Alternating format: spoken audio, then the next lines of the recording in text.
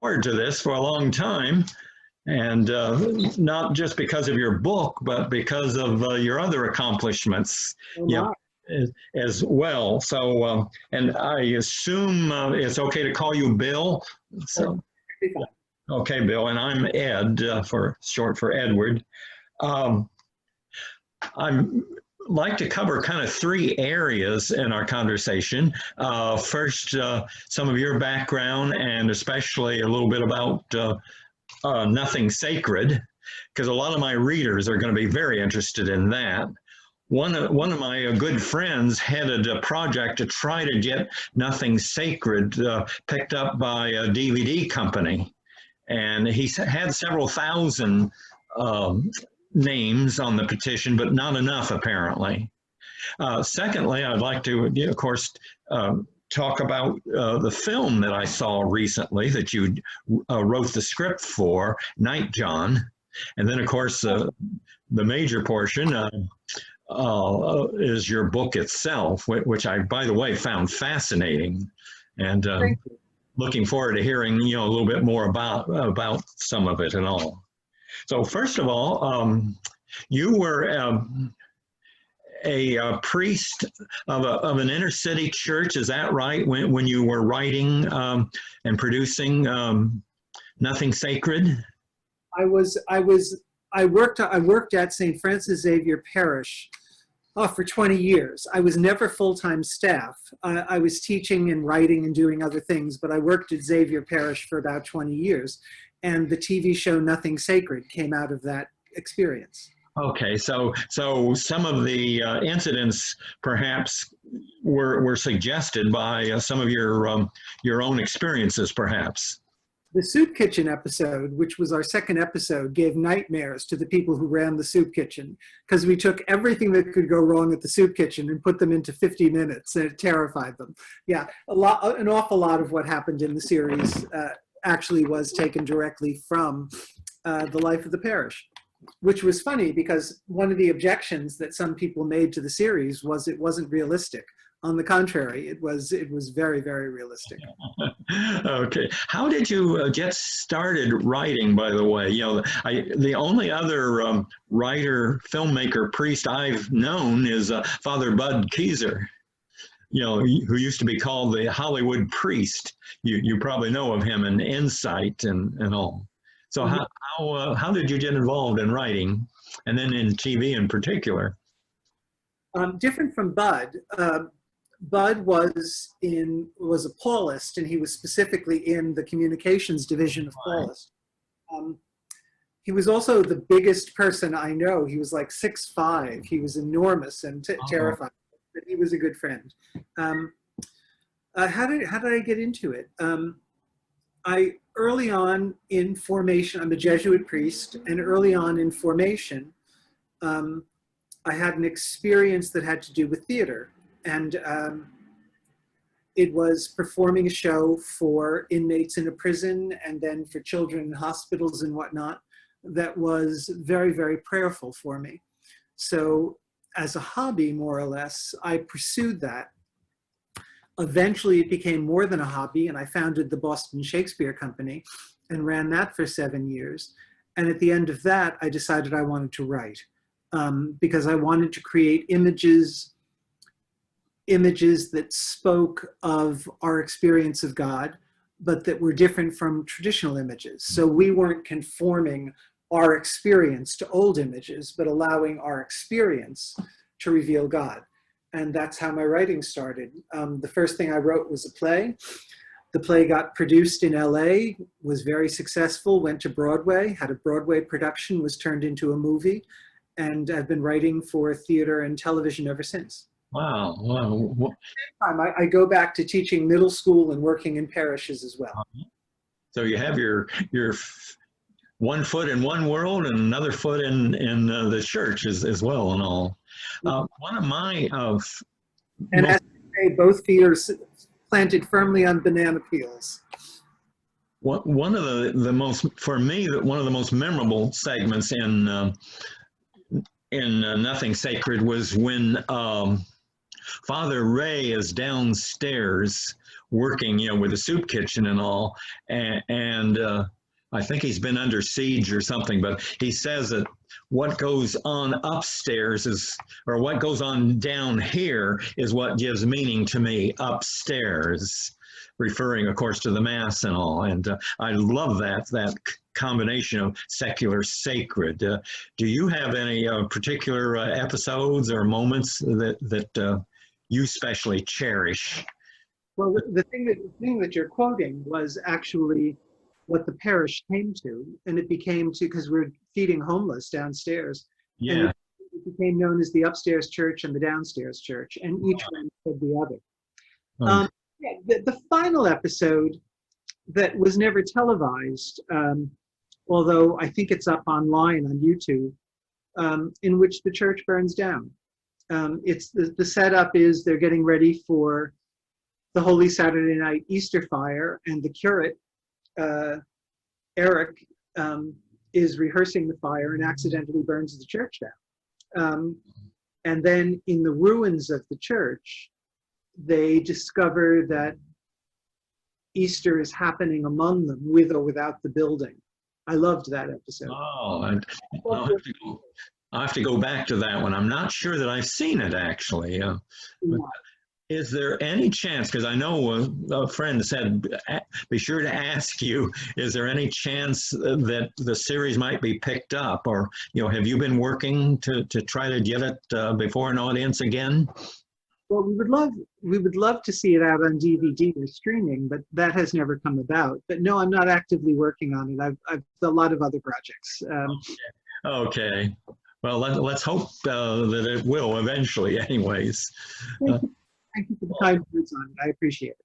Moving on, in a somewhat similar vein would be it was a made-for-television movie, I believe, Nightjohn. Yes, sir. How did you come to that? You, as I remember, you wrote the script for that. I think it was based on a novel. Well, Nightjohn is a young adult novel about an African-American who achieves freedom in the antebellum South and then returns into slavery in order to teach literacy. And the thesis of it is, as Nightjohn says, all slavery is words. Get yourself some words and you can get yourself free. It's deeds. It's that kind of stuff. And the same producer who did Nothing Sacred was working on the project, and the script was stuck. And I said, give me a crack at it. And but then what I did was I went back. The book itself, which is very popular, was based on narratives that were collected by the WPA in the 30s of people who were enslaved, who were children at the time of emancipation, memories of old people. And I went back to them to flesh out the plot. And it was a great privilege to work on, and an honor and wonder to do. Well, it's a very inspiring film, and certainly pertinent to racism is a long ways from being dead. To me, I love the scene where the young girl, she's what, 12 years older, thereabouts, has learned to read, and she has stolen the Bible of the young master and son, and she suddenly discovers, she makes the exclamation, why, God is on the side of the slaves. It came as such a revelation to her from what she had heard preached by the white minister. Yeah, well, the Bible was used very much to justify slavery. And of course, you've got St. Paul saying, slaves, be obedient to your masters. Right. That's my favorite segment in one of, the great black preacher, Howard Thurman, in which he mentions his grandmother never read to him from the Apostle Paul. Yeah. And he asked her one day why, and she said, because the masters always read from Paul, slaves, obey your masters, and therefore I cannot stand to read him anymore. So it certainly bore that out. Well, I hope it's a film. I was delighted to see, I believe it's Amazon Prime where I saw that. And my review of it is up on Read the Spirit. So I hope a lot more people will become acquainted with that. Well, it's a film that's had quite a life because it was a made-for-television film, but it's had a continuing life, and it's been at the center of a number of film festivals, but also I've seen it shown at the Museum of Modern Art. Good. Well, which kind of took me by surprise, but it's a hard-working film, and I'm very proud of it. You should be, and I'm very delighted to hear that it's being shown so widely. Well, moving on to the third part then, and the major part now is your book. I don't know whether you have a copy handy, but I'll hold my copy up anyways. Good, there we go. The Diary of Jesus Christ, which is what brings us together, thanks to your publicity agents and all. I've really... Just to be clear, I do not have a publicity agent. Orbis Books has a publicity agent. Okay, well, good for them. You haven't advanced into the million seller category yet, at least. Well, as I understand it from reading the foreword by a friend of yours, Greg Boyle, I'm looking for my notes here. He says that you originally wrote the chapters as homilies. So I'm curious as to what led you into, this is a rather unusual approach, to a church homily. For Protestants, homily is a sermon, or a short sermon anyways. So what led you or gave you the idea or whatever? It's a very unusual approach.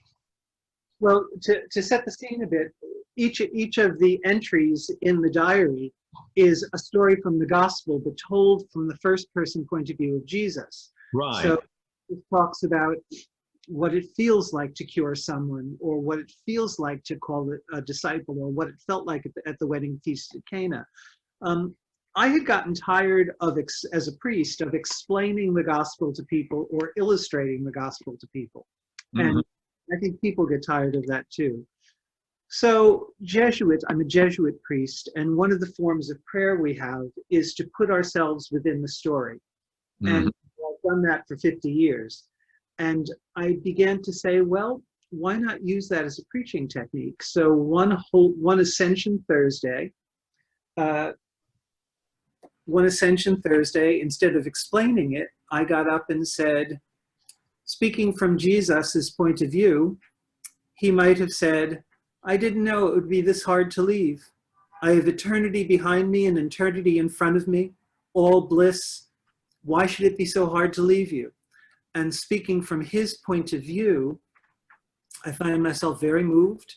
I found myself weeping about going away.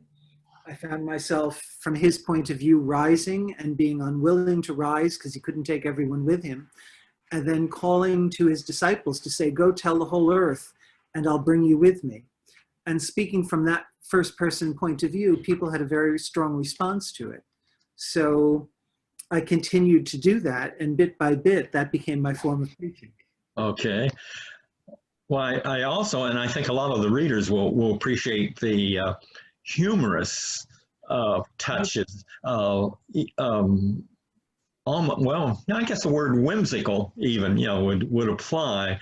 For instance, I love the idea when he was a boy, Jesus wanted to be a baker, of all things. I thought that, I really had to laugh at that when I read that opening chapter and all.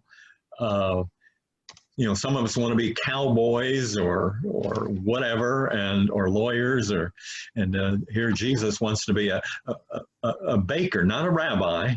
No, the rabbi wasn't so happy, but the baker was. But right. The theme of food and feeding goes all through the book, because one word in the middle of the book says, forget the miracles. You really should be a cook. Cooks bring people together. And he says, I wish to be the meal. And then that develops, of course, over the course of time. So the baker not only was happy, but he makes other people happy. You know, when that, and I think that comes through so often, you know, in Jesus' intention and all. I was intrigued. Your view of Christ, of course, is very, you know, spot on, orthodox. That is, you know, Jesus, Son of God. But your approach or your exposition is anything but orthodox. I already mentioned, you know, the humor, but also the way that he is often surprised. He's definitely limited in his knowledge. You know, he's not the omniscient. Your view of Jesus, or your portrait of Jesus, is very different from one I read as a boy by another Catholic, Fulton Oursler. If you remember, he was a great Catholic writer of the 40s and 50s. And I'm trying to think of the name of his book, but it was dramatized over a series of radio programs. And every time Jesus speaks in the radio program, it's always exact words that Oursler took from the Gospels. He never improvised or let Jesus talk street language the way you do, you know, and all.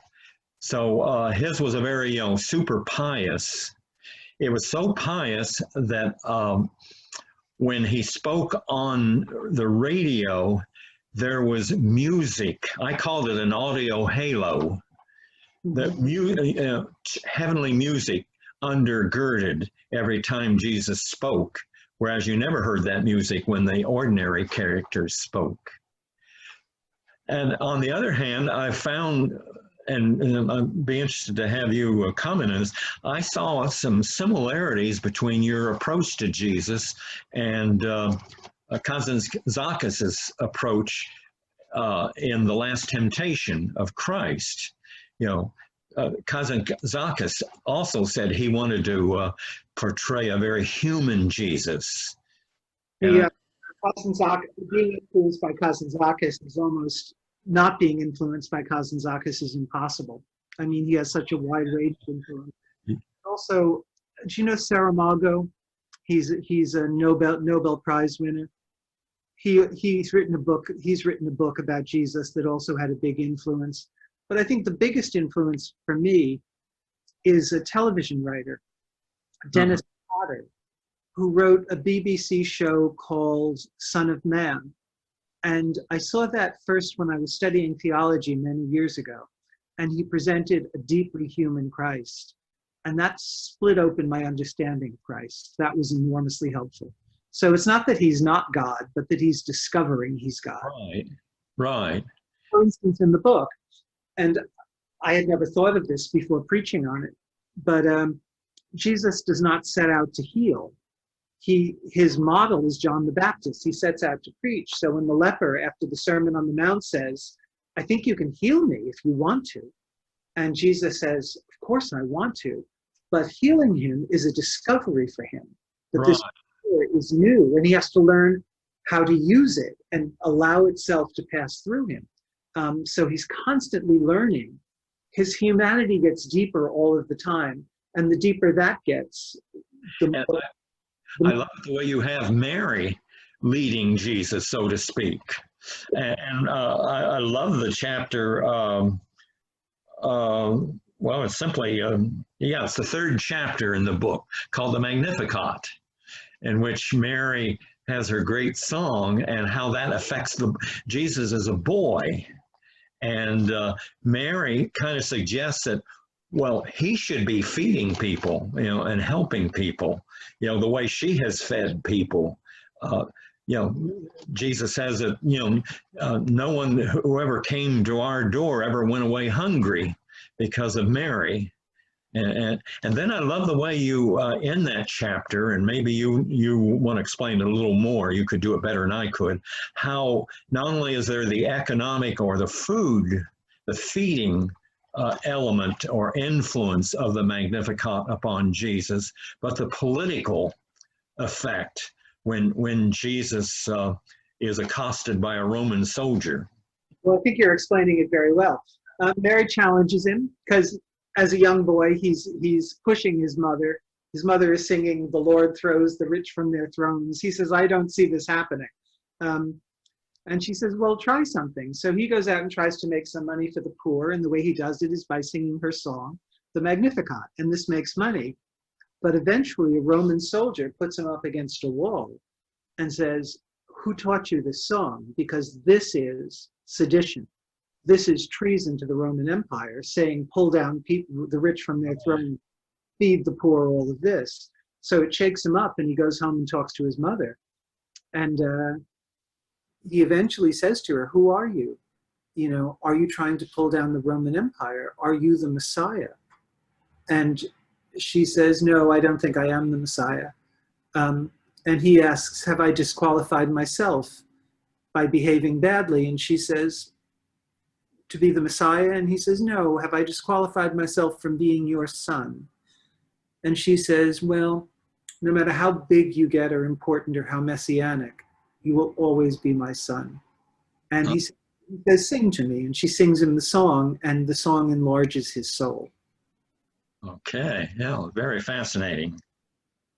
I was intrigued also, you have Jesus, you follow the theory that Jesus, when he became a certain age, became an Essene, member of the Essene community.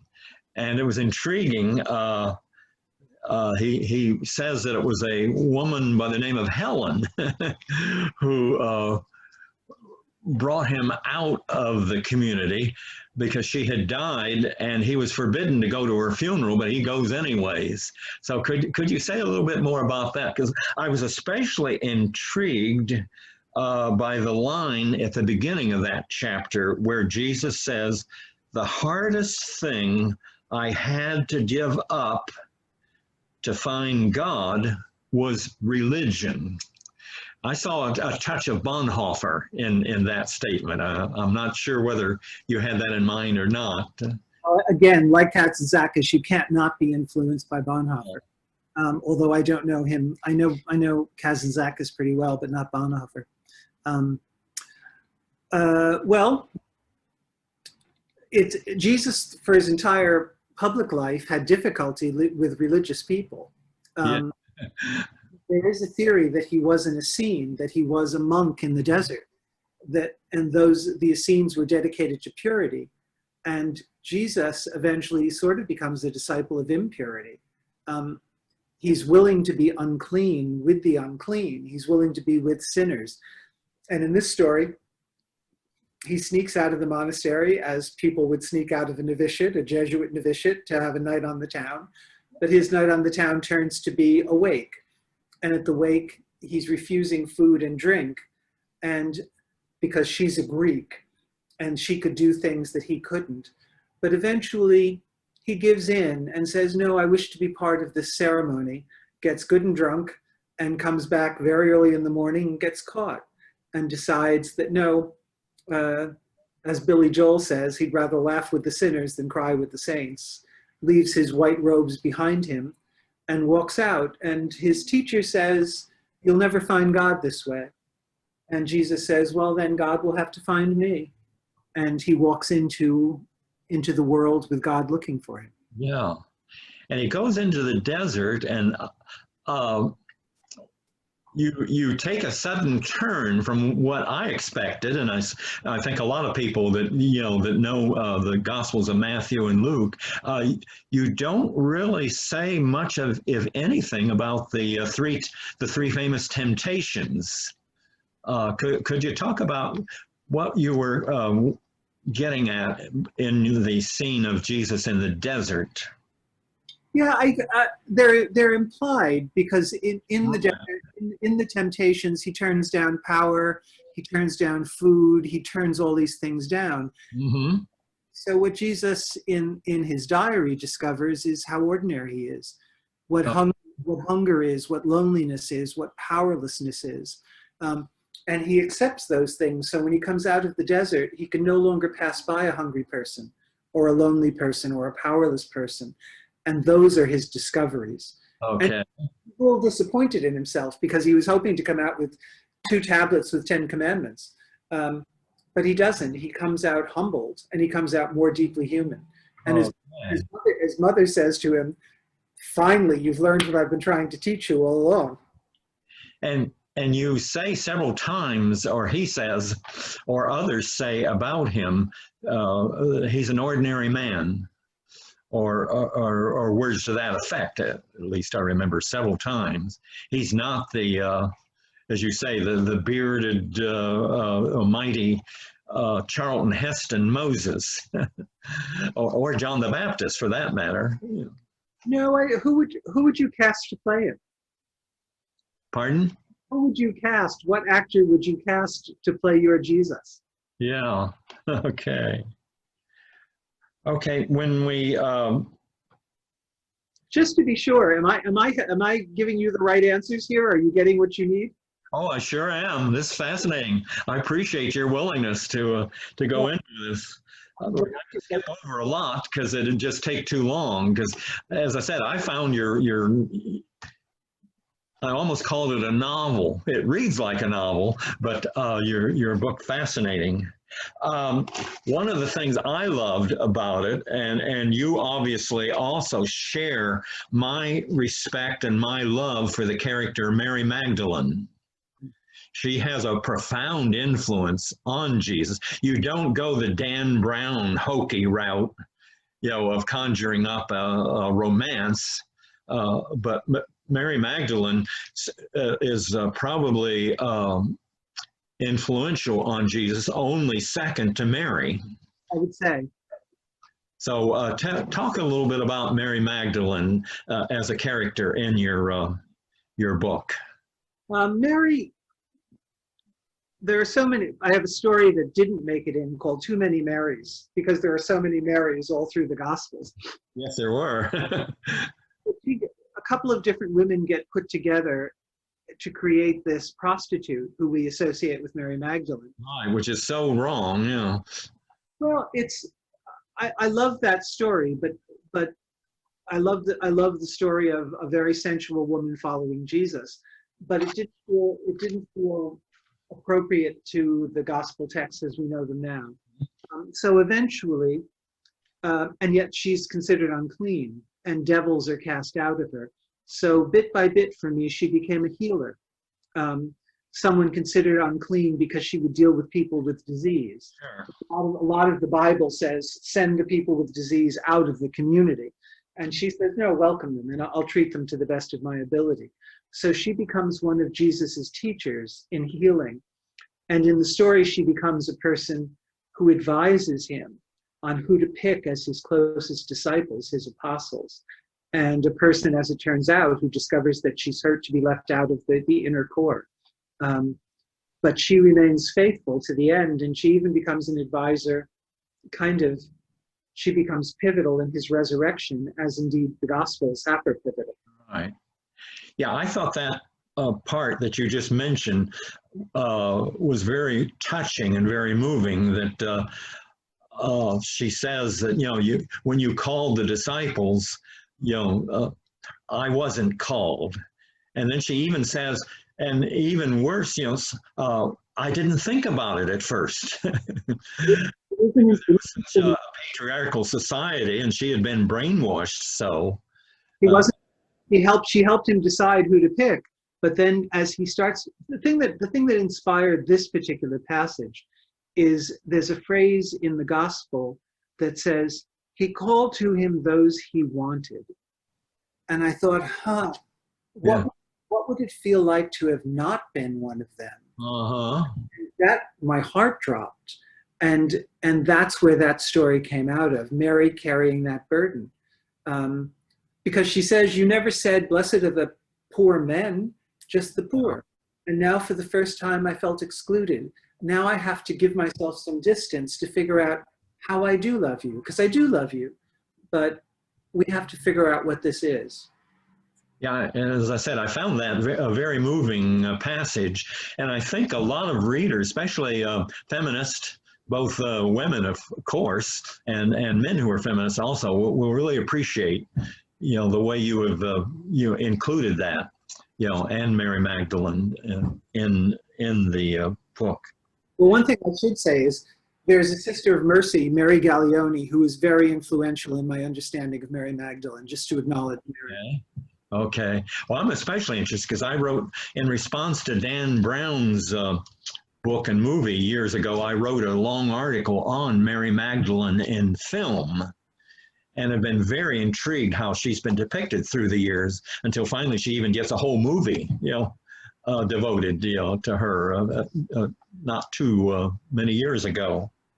Should I see it? Was it a good film? By and large, yes. Go to my website, visualparables.org, and you can find in the index there, my review of it. You can see what I won't take any more time now, but I thought it was, it's not a great movie, but yes, it's worth seeing. And especially since you've written so much about her, I think you would appreciate the film. Now, one section, I'm not sure how much I'm reading into it, about Nathaniel. Nathaniel? Yeah, I was very intrigued. Is he dealing with gender issues with Nathaniel there at all? Or am I just reading that into it about what Nathaniel might have been doing underneath that fig tree? Well, you're perfectly accurate. From the horse's mouth. We have this very odd passage in the scripture where Nathaniel says, I'm not interested in this guy that you're saying is the Messiah. He's from Nazareth. What good can come out of Nazareth? Yeah. And Jesus says, I saw you under the fig tree. And Nathaniel says, my Lord and my God. So trying to unpack that and figure out what happens, it became, and again, I don't start with an idea. It's a contemplation. It starts with being in the place and seeing what happens. And what happened, Jesus said, I saw you under the fig tree. And Nathaniel had this "you caught me" reaction. What do you mean you saw me under the fig tree? What did you do? And Jesus says, I don't have time to talk about it. I'm on my way. And Nathaniel follows him. And bit by bit, it becomes clear, slowly clear, that Nathaniel was with another man under the fig tree. Okay. And that plays out through the wedding feast at Cana. Sure. So I wasn't reading that into it. That was your intention. Thank you. Okay. Well, I found that fascinating too. Let's see. We've already talked about, because I had note to ask you about the chosen chapter, and that was Mary Magdalene, who was not chosen and felt badly. I was intrigued by your treatment of Judas. And I'm always intrigued because the modern tendency of a lot of movies is to equate him with the zealots, and that he was disappointed in Jesus when Jesus did not become a zealot and use force to oppose the Romans. You don't go that route, but you don't give up hope on Judas entirely. At least that was my understanding. So talk about Judas and your treatment of him, or view of him. Well, Judas, what can I say about Judas?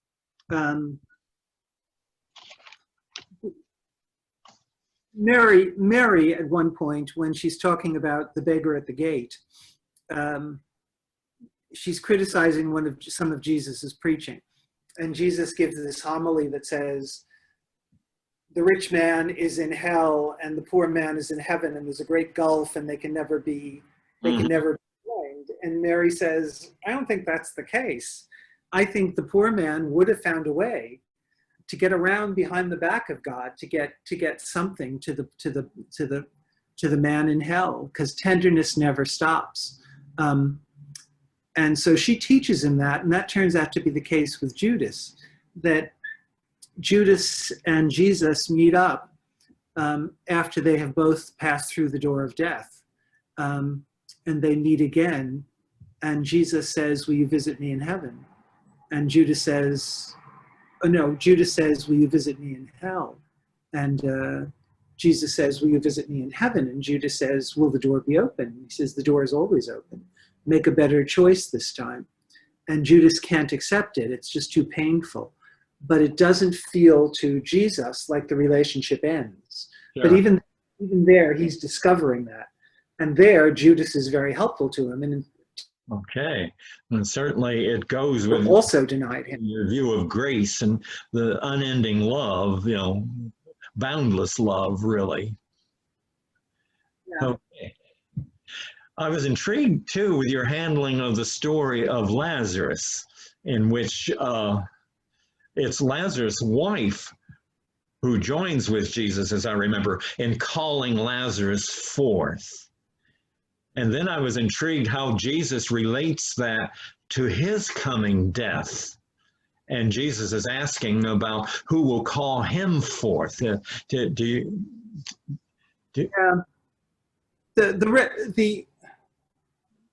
Lazarus, let's see, what can I, it's hard for me to, as I say, these are contemplations. So they aren't, I sort of don't start with the thesis that says this is what I wish to illustrate.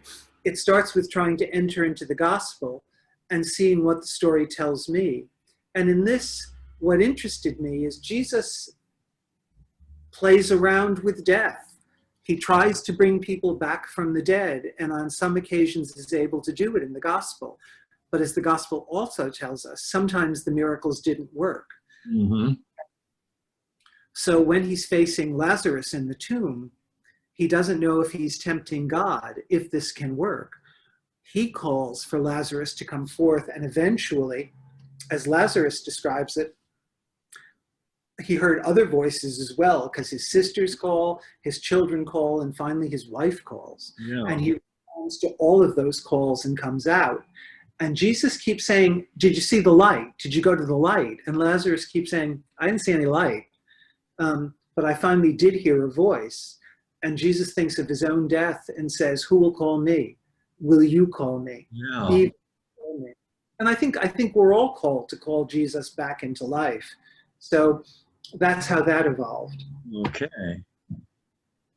So, does that make sense to you, Ed? Yes, it does. Because one of the things that comes across, I think, in your book is Jesus is not a Messiah alone.